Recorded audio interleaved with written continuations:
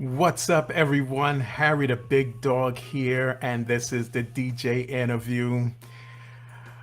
Thank you guys so much for supporting.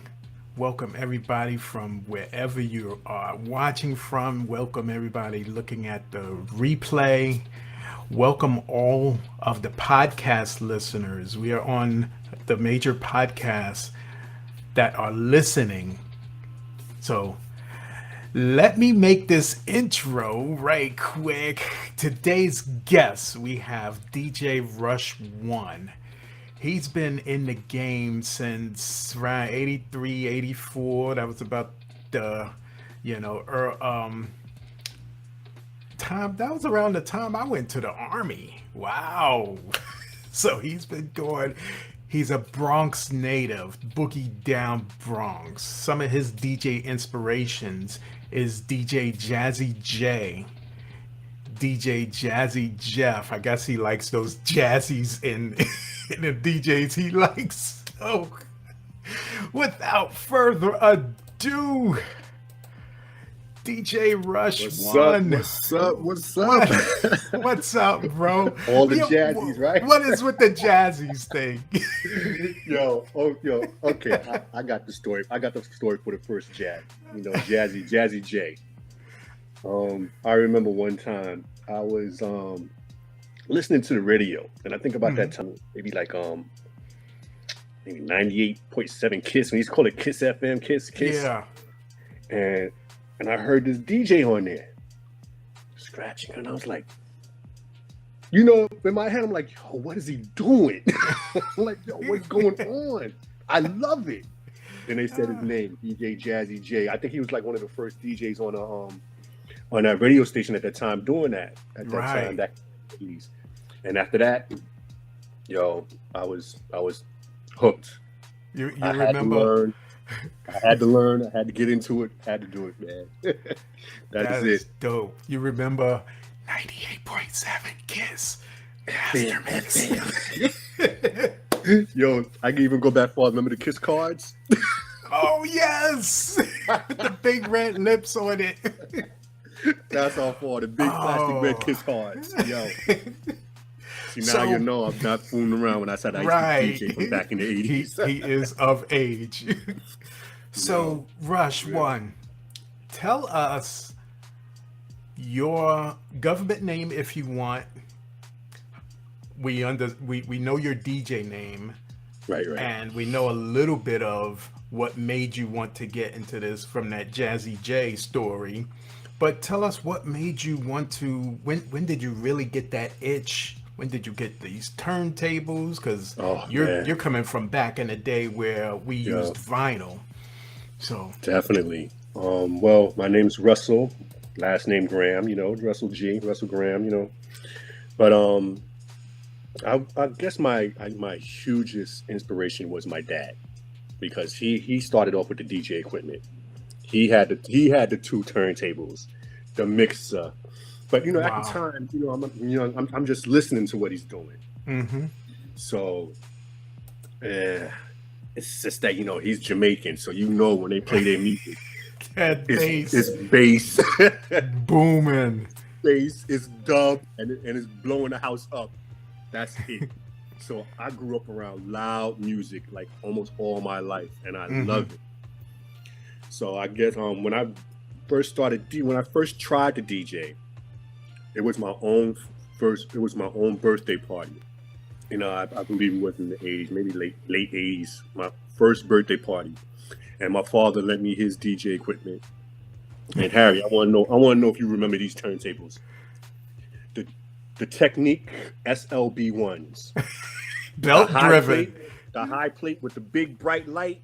The Yes. Yo, all DJs that see me with those turntables were dying to just, I trade you mine for those. Yo, give me your. No, those turntables were classic. I think those like the original 1200s from when they got the idea from, For real. Yo, I'm telling you, if your DJs don't know, look up SLB1 Techniques. High plate with the big light. Those are like the original down to earth turntables for Technique. Right. That's when people had to throw the nickels and the quarters on the arm. It's an old joke. Y'all remember this? Come on, y'all had the Oh nickels and the man, quarters on fold top of up a there. piece of tape, put it on the On the needle, cartridge put it on the needle head, so you and can see. then put the whatever coin worked the best. A Yep. nickel, dime, Setting the penny, weight quarter. setting the weight on the back of the arm. Yeah. Come on, I'm gonna keep it real. We all have to Oh, do it. remember them days like it was, Yo, 35 years ago, 40 years ago, and which it that's the was. time. That's the time. If you didn't have friends that drive, you Oh was either man. you either had to carry your stuff on the train, bus, remember, yo, come on, yo. Now, for those who don't know, and shout out to all my Edenwald people, Russell's from Edenwald. Yeah, What side were you on, north or south? it's 229th is like the border. So if I say like the building right across the street from 41, is that that's considered south, right? But if I That put no, we're north side. yeah, 41, that's my 31, all boy. 35, Big up to all my of boy them. Big Mitch, may he rest in peace, man. That's Yes, yes, yeah. I was always there, catching the jams, the the cookouts when people used to throw in front of the buildings. yep. Playing in 112 Park. 112, yes, the Blue Park, 112 Yes, Park. playing behind my building, 1159, the Playing in legendary front of your building 1159 too. in the In basketball front of your court. building. Yep. That's how I Ah, met. That's how I met Paul P. Nice in front of your yep. building. He had his set out there. He brought his equipment out there and put it in front.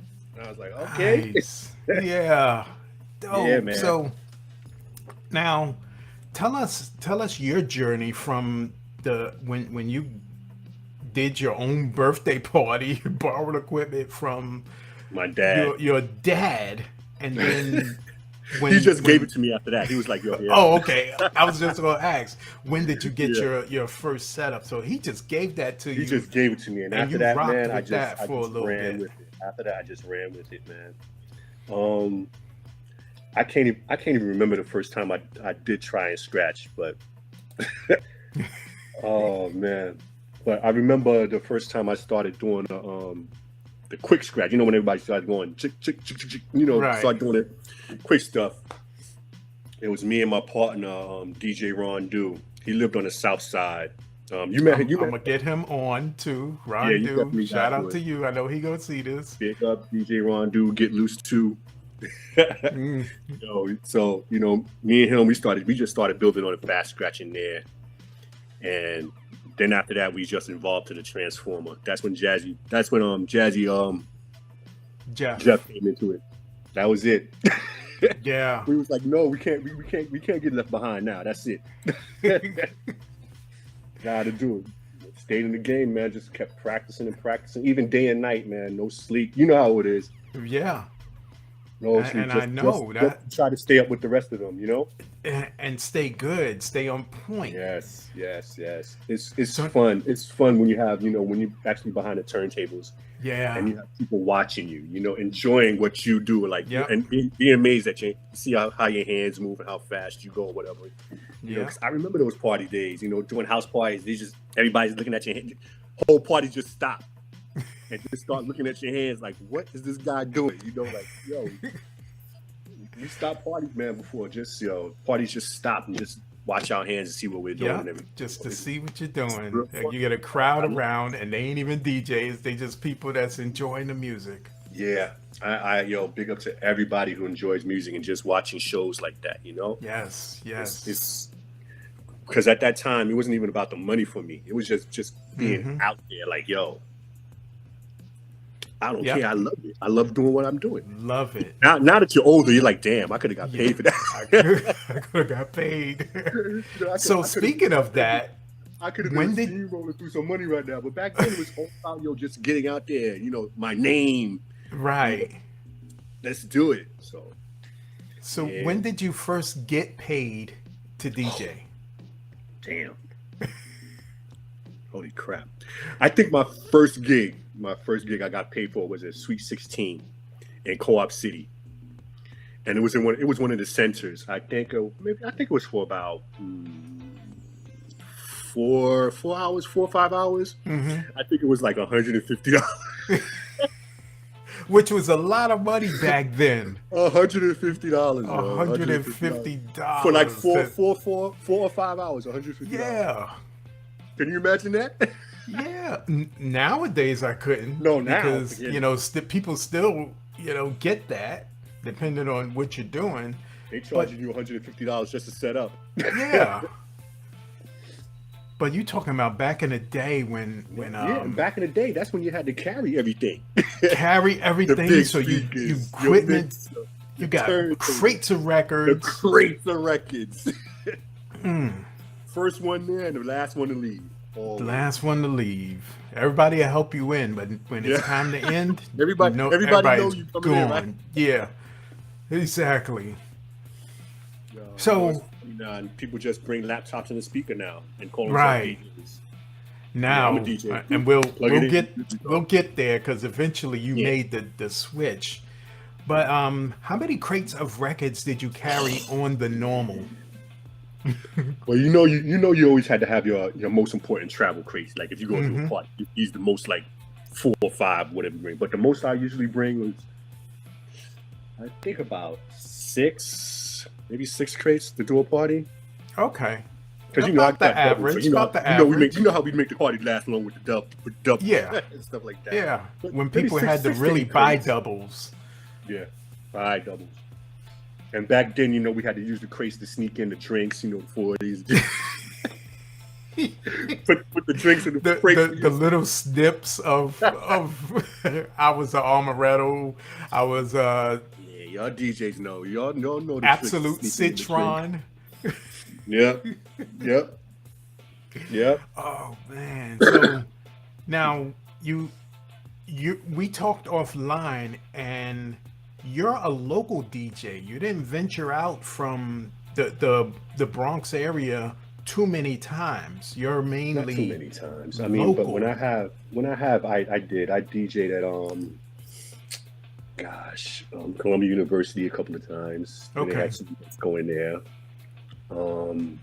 Claremont Center, of course. I know, and I did there. That's in the Bronx. That's another project's in the Bronx. Yeah, y'all know that. But I can't remember. There was this. We got a lot of listeners that don't come from the area, so I kind of let them know. What was that? There was a college station that I used to do. That I went there a couple of times with my man Jamel, MC Philosopher. Big up to him. WHPI, remember that station? WHBI. Yeah, remember that? Yeah. I think I was there one with DJ DNA. Remember DNA, Hank Love? Yeah. Hank Love, DNA. Remember? Yeah, I did a few things with them one time. This is back when like when Milk D just came out. I remember hearing his demo tape at DNA's house. He's playing that. Milk is chilling. And I'm up here listening to it. And I'm saying, shit is whack, yo. Yo, I was so bad. I was like, yo, that shit is whack. I was like, oh, bro, you know what happened. Boom! It blew up. That's a hot record to today. When people hear that, come on. And I still play it. That whack record, right? Yeah, no disrespect, but at the time, I'm like, I don't like. There's going to be songs that DJs don't like, but end up like initially. Boom, blowing up. But his DNA, there was so many medicines that I can't remember, man.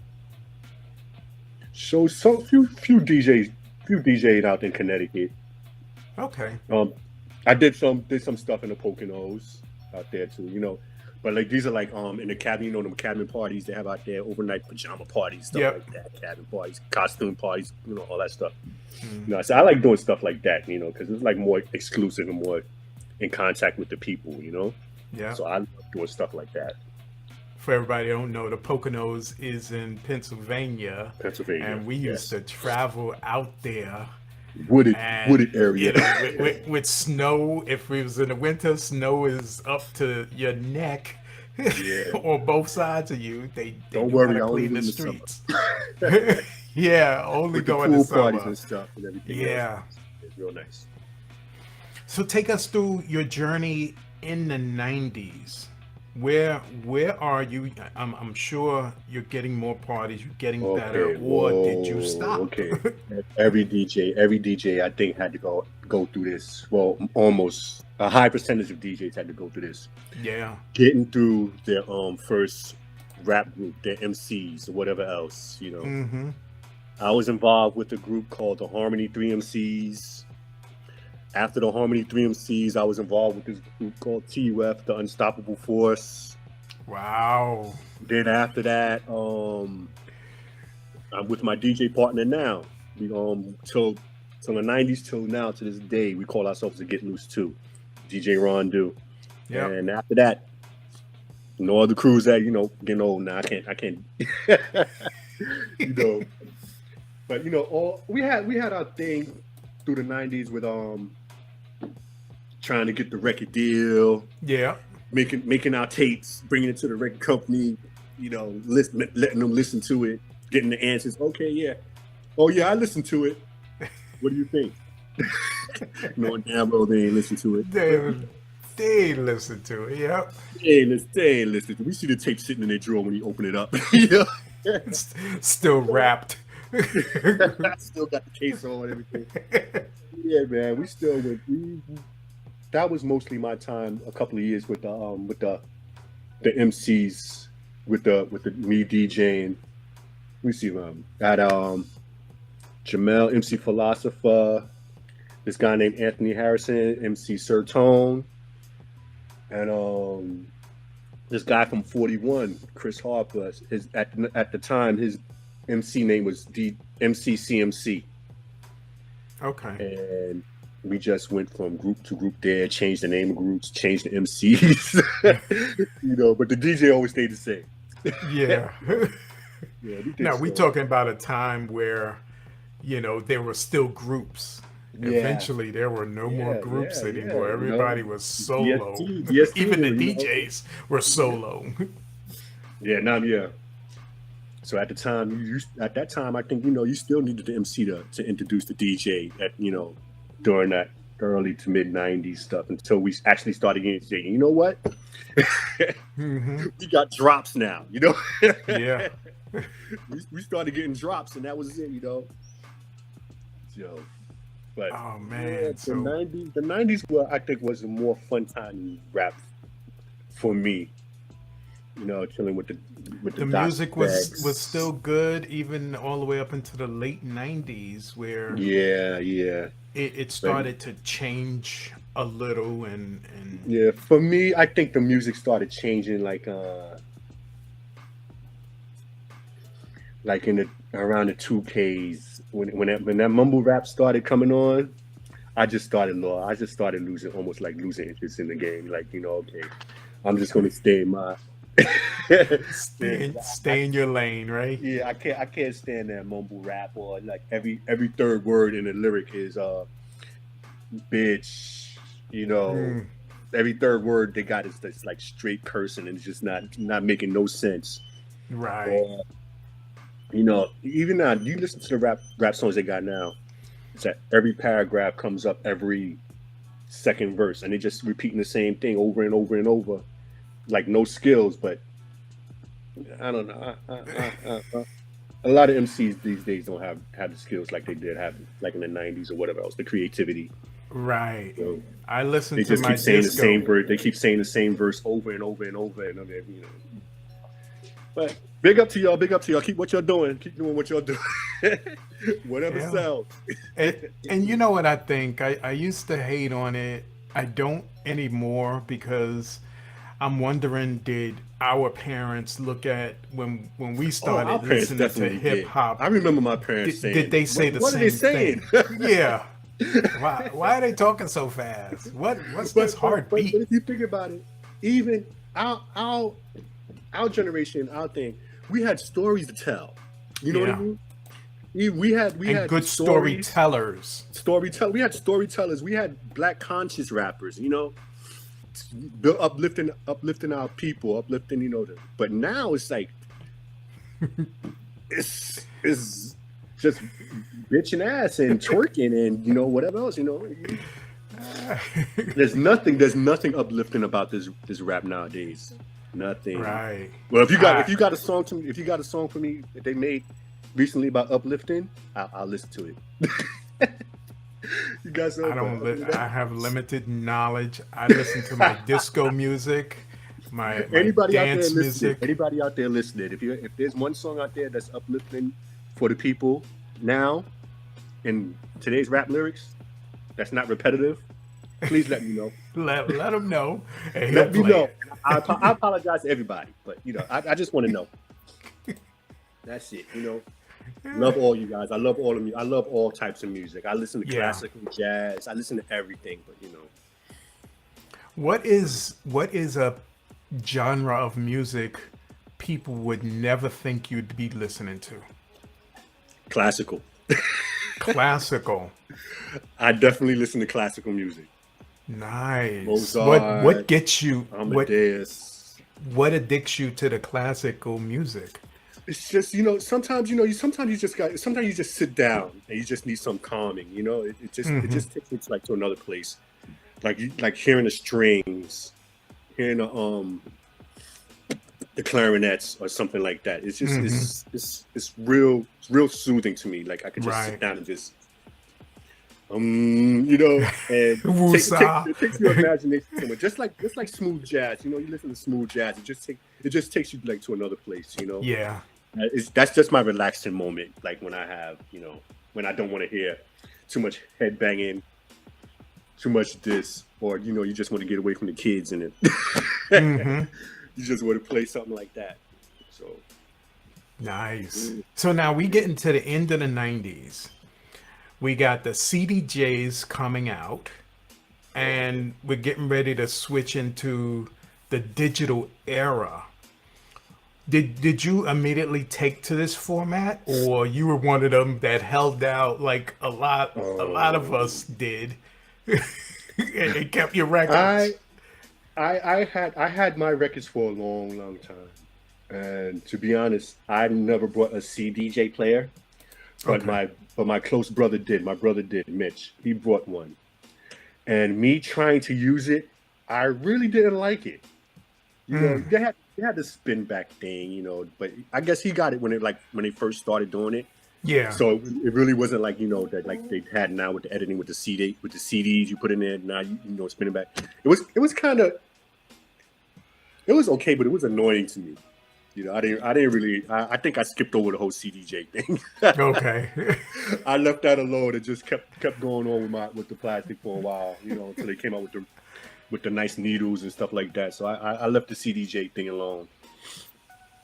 But after that, man, I really went into the digital age with the Newmark. Okay. I'm straight digital now. Of course, I still have the turntables. Turntables are still up, but I use the straight mix. What is it? The straight deck controllers? with the straight Newmark controller. It's complete with everything, the pads and everything now. So and plus it's much more convenient to travel with. Right. Than like crates of records. Oh man. I complain about your DJs not putting in work, but I still appreciate that I don't have to carry all this stuff no more. Oh man. So when you made the switch, when you finally made the switch, what year are we talking that you decided, wow. let me go ahead and either get a controller or get and what program did you start using? Serato, Virtual Serato. DJ? I stay with Serato. Okay. Yeah, I stay with Serato. I started out with Newmark, and I'm staying with Newmark because I enjoyed it. I enjoy the controllers. Okay. What year did I start? Wow. Early 2000s, mid 2000s, it had to be late early. 2000s. It had to be early 2000s, because I think I went to Edo all day early 2000s, and my boy was DJing on a controller, and I seen it, and I was like, okay, this I can see, this I can get into, this I can check it out. So I brought what he had, and I just went on from there. So it had to be like early mid 2000s. I say 2000. I can't even give a date. I don't even want to do. But I started like I'll say like mid late with the controllers, and I just kept them ever since. Casket, put it in the casket. Yeah. MacBook. Always back up your stuff, DJs, with your hard drive. Always back up your music. You never know. For real. Yeah, For real. I've seen, because Serato back in the day, just like all programs, when they get started, it's a lot of crashing, and I think that's what delayed some people. Yeah, and a lot of crashing, a lot of a lot of people getting their music just lost. Yeah. And this is like decades of library, Yeah. Some That's why you definitely back up. You just can't get back no more. Yep. Like, oh man, I still have the original break beats. Still got original break beats. I don't know if you On remember wax. Yeah, you remember the octopus Me too. breaks? Yep. You remember I still got a lot of mine too. with the octopus on them, volume 1, volume. Yep. Come on, people, clap your hands. Yeah. Do. Come on. I still love doing those. I still love doing the breaks and all that stuff. I need an episode just on break beats alone with all the DJs. I'll be definitely down to do that. No doubt. So coming from an analog era going into the digital, what was, besides minus the records and everything, what was the main thing you seen that was different? It's, to be honest, everything was just totally easier. Everything was just totally easier. Just comparison on a travel level, or just comparison that's like you could actually save more, and it's more expensive. I say from analog to digital, of course. Of course, but it's definitely worth going digital. I feel it's more worth going digital. Just got to make sure, just like anything electronic, you still have to back your stuff up. Yeah. Just make sure you back it. I know a couple of DJs that lost their stuff, or even had their laptop stolen. Laptop stolen or hard drive. Some people had either the thumb drive or a hard drive external, and got external, that either dropped it, stolen. Yeah. That's what and those things crash too. So if you don't have a backup, and I stress that, when I'm used to talk to my clients, I used to fix computers, PCs only, never Mac. I'm a Mac hater. Mac hater number one. Mac hater, come on. I was the same way.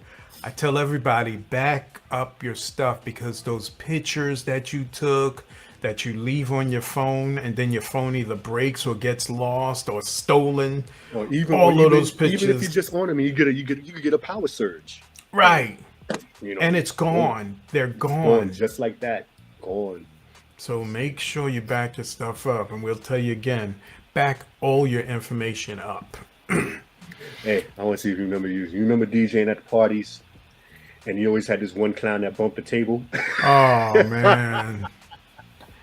It happened to me, I think, twice. And then I started angling my equipment so nobody could get near it. Nobody would be able to bump into it, either in a corner, or I'd have me facing the wall. So, you have to hit me first before you hit the table. With the rope, But very annoying. Roped off. the police tape, the police yellow tape. Oh man! So I've heard that the digital is easier, especially for the older cats. That's not everybody not able to carry record crates anymore, and the big dookie speakers, even the equipment, most are powered now. So it eliminated the amps and Right, equalizers you're and right, you're everything. right, yeah, you're right, The yeah. effects machines, I don't know if you had any, but I had a few. The So echo now chambers, yeah. with the mixers and the Yeah, controllers, you have your everything is just effects on board. Yeah. everything is just right there now, which is, totally easier, and I appreciate it. Because yeah, we had to carry everything. We had to carry was separate. The echo Right. chamber, the mic Yep. box, Everything. the mic And box, echo chamber, yep. the reverb Sometimes people machine. had the case that it all fit in nicely. Yeah. And Oh some yeah. people just carried them all, and then depending on your amp, you had the big fan. Oh man, Keeping yeah, it cool. yeah. The big, yep. I can't forget that. The fan on top of the amplifier. Yeah. Have you DJ'd with any of the DJs that we would know nowadays? Um, I can't say actually DJ'd with them, but I met a few, but this is like a while ago, when I was still heavily into it. DJ Cash Money, of course DST, always seeing him. Yeah, that's our boy. Shout out to Yeah. DST/DXT. DXT, yeah, no doubt. Gosh, man, I'm sorry, man. I'm put on the spot. I just have all these names coming through my head, and I can't remember damn near one of them. Either one of them. Did you ever get to meet your idols, Jazzy Jay and Jazzy No, Jeff? man, Jazzy J, yeah, I did, because he used to have this recording studio on Arlington Avenue. Okay. So I used to go up there a couple of times. We did a couple of jams and stuff like that. Demos and stuff like that. So I did meet him. He's very down to earth. He's very cool, brother. Good. And I remember asking him, "Yo, what records you use to scratch on this? What records you use to scratch on that?" And some DJs will keep it a secret, like, "Nah, I ain't gonna tell you." Yeah, I ain't gonna say. Jazz will tell you. He tell you because you probably ain't gonna have the record. For real. And he got the original. Yeah, and he has the original. And you see that boy's brother's basement. Oh man. He showed a couple of pictures of it. A lot of them did, and you just look and like, wow, that was a lot of digging and collecting. Harry, if you say, "Yo, where's this record at? Where is such and such?" He walk right to that. Walk right there, pull it out. It's right here. Walk Anything right else? And I'm like, that's it, man. That's it. I got, Yeah. Wild. So now take us through the 2000s, 2010 to 2020. Well, yeah, Ish. 2010s and 20s, had kids, slowing down, not doing as much as I used to. That's when, excuse me, my DJing mostly became more hobby at home, then going out and, doing stuff like I used to. So I slowed down a lot during this time, even till now. As far as doing shows and parties, right now, just basically like family call you or close friends, like, "Hey, I need help. Can you play some music for me?" Blah, blah, blah. I'm like, "Yeah, all right, But as far as the traveling and doing everything as when we was younger, doing everything back then, I slowed down, y'all. I slowed down tremendously. And I hear that story a lot too, where, like you said, the kids, a wife, girlfriend, a husband, boyfriend come into the picture. And now this ain't a priority anymore. Did you ever lose the love for like it? Used to, Right. Did you ever lose the love for DJing? Oh no, never. I mean, I think I'm gonna have my set till I probably can't do it no more, Mm-hmm. Man, I still have my tape decks that I still play tapes on, that collection. So yeah, I need to put those on digital too. But for real. Yeah, I heard Red Alert got a collection. And I wonder if he put any of it on digital. Yo, You got to, man, because some shit's pop. I know. Oh, With the pencil, I you got gotta a get the pencil. I got a lot of tapes that I collect. It's stove down. And Gotta I'm get the talking pencil. about all of them. Yeah, The yeah, pencil. yeah, yeah. Yeah, man. This is all the old Always school back that stuff. Some of stuff these up. digital born people wouldn't know about. Yeah, man. So now, are you getting back into the DJ scene, or are you Well, just calling it a career? I, I'm mostly like doing it more for um my own entertainment now. Mm-hmm. If I do it for, especially I for my big up to my boy Eric Moore. He has a big podcast radio show going on called Without Warning Radio, Okay. and he has a lot of different genre of music on there. My partner DJ's on there right now every Friday at noon. Without Warning Radio, SoundCloud, Mixcloud, whatever you want to check it out. Okay. But as far as I'm going, I it's just mostly for my own entertainment now. So or somebody asks for something, I throw a little favor here and there, but I slowed down a lot. Okay. All right. So no plans in the future to really Not yet, but pick it up. I'll keep everything open. I definitely let Big Dog Harry definitely let you know, for real. Okay. Definitely let me Definitely, you'll be the know. first to know. And just from experience, we in Edenwald, we have our Edenwald Day, and Right. that's when I met Sean Dew, and I seen you and a couple of other cats. But what I remember also is this dude walked past you, and he was thanking you for showing him how to DJ, and Yeah. I was that to me was like, wow, you've been in this game and you're spreading Yeah. the love with showing your knowledge and your skills to somebody else. Yo, so What did that make you feel like? man, for me, I get that all the time. Not for real. I'm not trying to, toot my own horn or whatever else. I get that all the time, and it feels absolutely amazing, man. Like how DJs look up to other DJs. Yeah, this Yeah. DJs, and so you must know how they feel. But for me, my own personal feeling when I have somebody walk up to me and say that to me, and I'm not no big name, not no Right. giant, And you don't or really everybody have to knows me. be.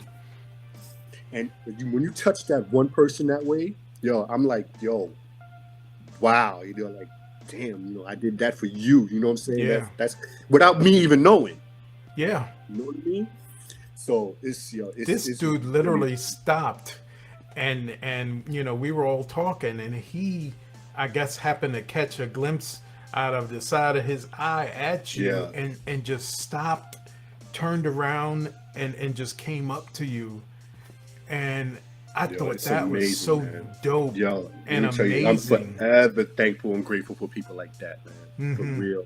Because you never know what lives you touch, who lives Yeah. you change. And also, their life could be going on a downward spiral at that moment. And you just Exactly. came and uplifted them and probably could have saved that person's life, Yep. So, I am eternal grateful for people that, show me love like that or whatever else, man. I will always be there for them. Try my best to still be there for them. Yep. I'm real happy I could be an inspiration to people like that, man. It's real dope. That's the best. Man, That's yeah. the best feeling of That being is an a entertainer or a feeling. DJ. I felt good. Him just telling you. And I'm like, wow, that is a good feeling. That's the feeling in the world. That's the payoff right there. Knowing that you can touch somebody, knowing you can touch people like that. That's a Yeah. real dope feeling. And I'm assuming over the years you've shown other cats how to DJ or help them Not really. get Not really. Because some DJ, I like to keep my secrets. Yeah. my skills. I like I'm not gonna lie. I have shown a few cats, some people like that. But there's people that ask me, teach me how to DJ. Can you teach me how to DJ? And I'm like, I tell them no, not to be mean, not to be Right. mean, or or like I don't want to teach them, because Right. I learned by myself. Nobody taught me. I learned by listening.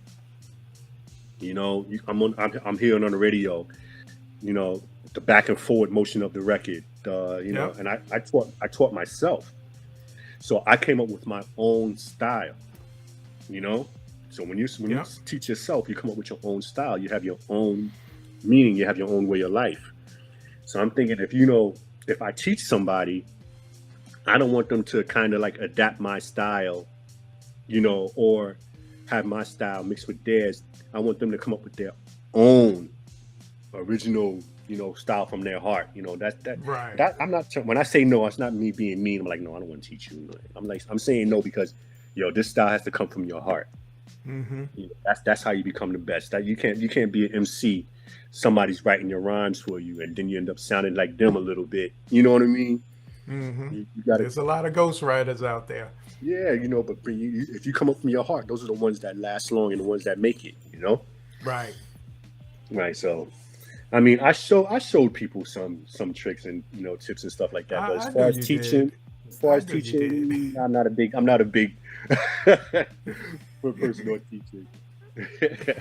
They'll tell For you somebody to come up to you like that and literally is blessed by you helping them right, and blessing you by saying thank you, then you've shown some people some things, right, or took the time to spend with them to right. And these are probably some of the people that educate used them. to probably be in my room when I'm DJing, watching me. Right. These are the people that went to parties watching me. Never Mm-hmm. asked me to teach them or whatever. They they watched, they observed, and they pick up their own style. And I had a cat walk up to me like, yeah, I got my first turntables because of you. I'm like, Mm. okay, for real? Why? That's dope. And Yeah, man. it's always an amazing move when somebody walk up to me and say that to me, man. It's Yeah. always amazing. Always touches me. Never gets old. Never.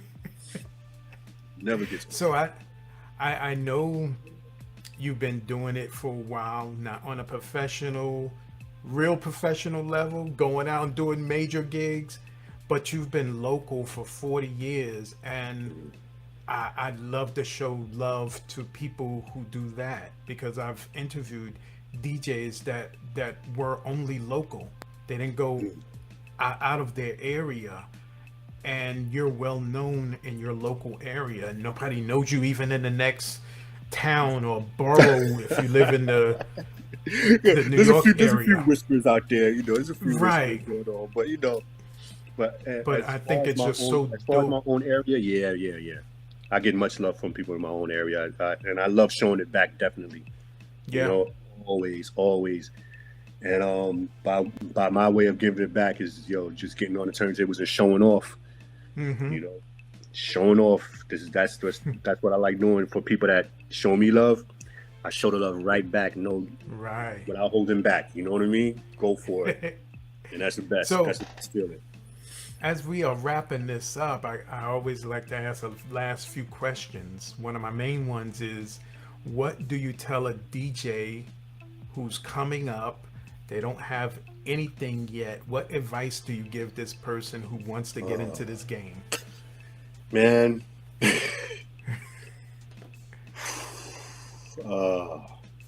I guess the only advice I can tell them Mm-hmm. is develop your own talent, develop your own mindset, because basically nowadays, the equipment does everything for you. Yeah. Basically. It's basically you don't really have to learn nothing no more, because now it's just everything's just a push of a button and it does it for you. So I'm just saying the DJs coming up now before everything is like obsolete, Mm-hmm. develop your own mindset, your own routine, get your own routine and your heart set, because once this scratching going, it's going to be all buttons. It's going to be all buttons, man. DJs is going to be obsolete. It's just going to be it's just going to be MacBooks and speakers, you know. I talk to DJs and you know they have a concern about the art being lost. Yeah, with the controllers, exactly what you just said. They do everything for you. You press a button and have instant doubles. We had to buy doubles before. Even no, you press a button and you got a transformer scratch coming out of there. You press a button and you got a quick scratch that does everything right to you. I mean, the artist scratching. I do believe the artist scratching is going to be lost. You know, I say in a few more years time. You know, after our generation. We boys, now, but I'm gonna have to disagree with you with that think so? one. I think there's a group that's gonna keep it alive, and then people are just gonna catch back on. Because I see some of the competitions, the DJ competitions, where it's vinyl only. So they have to use their hands and regular mixer. You know you can even use your phone now for DJ set, right? I know. What is it? You can put a virtual DJ, virtual turntables, everything. Yeah, tablets, the whole nine. You could do a party with a tablet. Yeah, I'm doing a party. Let's go. You know? Yeah. Where's your stuff at? It's right here. You got music. You got everything you need right there, and then you make a phone call. Yeah. So I'm hoping that art stay alive, man. That's. I do believe it's gonna stay alive for a good little while because I've seen some young DJs out there that's still scratching. Some DJ Sophia Rock and a couple of there's a couple of young DJs out there that's still doing it. But like I said, I only see a few. Maybe it's me because I'm not looking as much as I used to now. But I'm that art cannot die. No, I don't think it is. The foundations. Yeah. So let me ask you this: What do you think about an interview show that interviews DJs only? We need shows like that, man. I think it's great because most now it's always like the MCs getting all the light now, Yes, even the on the MCs award, to produce even on the award shows, Yeah. It's the DJ go up there with the MC holding it. Yeah. So, but I mean, it's great. The only thing we got left is the DMC competitions, the competitions and Soul clubs now. Will be DJ clubs and parties now, but what you're doing is on point, man. Bringing us back, keeping us up there. Yeah, got to. Because I interview a lot of DJs, and the majority of them have never been interviewed before, and they've been in the game for X amount of years, 10, 20, 30, 40 years, and never been interviewed. That's right, and you're my first interview too. Really? Definitely, man. Oh man, thank you. Yeah, I got the exclusive with everything here. For me, my first interview. Yep. Wow. Harry the Big Dog. My first interview, bro. After all these years, God bless him, man. No doubt. Yeah. And this is what I want. I want the DJs to tell their story before somebody else tells their story. While they're still here, while they still can tell the story, because somebody else telling your story, they'll never get it right. Yes. Yo, never know, man. They're gonna do a documentary about you.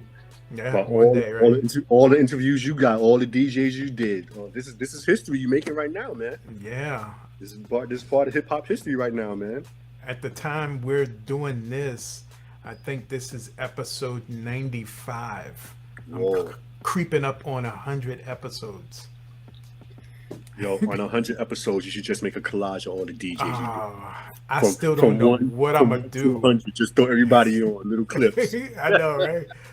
Each of them, right? Yes. Oh man. It'll take you all day though. A lot of editing. But Yo, that, anybody you want to shout out before we get out of here?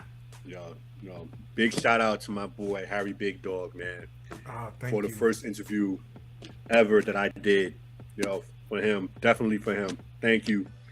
And my boy DJ Rondu, Eric Moore, MC Philosopher, my boy Big Mitch, rest in peace, yo.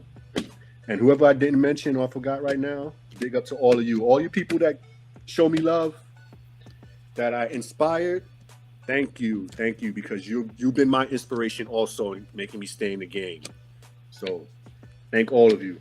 Love you all. Thanks for real. Man, thank you, bro. Thank you for letting me be your first interview. Yo. Thank you for letting me be on the show, man. Being a part of this large archive, man. Yeah, and it's not about the fame. It's the DJ stories that I love. You don't have to be that well known. You know, I'd love to interview a Jazzy Jeff, but you know, there's a million other DJs out there too that nobody knows, right? And has been killing it for years, right? Yeah. So you reaching out to those people, man. Yes, I'm reaching out. And you definitely reaching out to those people, and it's real nice, real dope. Yeah, and I want to keep it a nice little mix of, you know, some known DJs and some unknown. That way, everybody gets some love. Especially in the unknown. The unknown, you know. Yeah. That's you never know. That's especially where the magic can happen. Mm-hmm. You know what I'm saying? It's the unknown ones that can actually make you reach that top level, reach that epitome. You know, like they have a following. Just it could be that one DJ that be like, yeah, you the one that interviewed me that one chance and gave me that shot. Now here, I'm returning the favor. Returning the favor. You know? I'm not even looking for that, but I'll but gladly accept it. You never know. Gladly accept it. So stay on with me. We're going to close this thing out. You know, I'm Harry the Big Dog. We had DJ Russ One telling his story. Yes, people. He doesn't have any plans to come back and DJ as of right now, but the options the door's open. Still open. The door's still open. Door's cracked open. Yeah. So this is the DJ interview. Thank everybody for watching. Thank everybody for listening. And we'll see you the next episode. Later, y'all. Peace.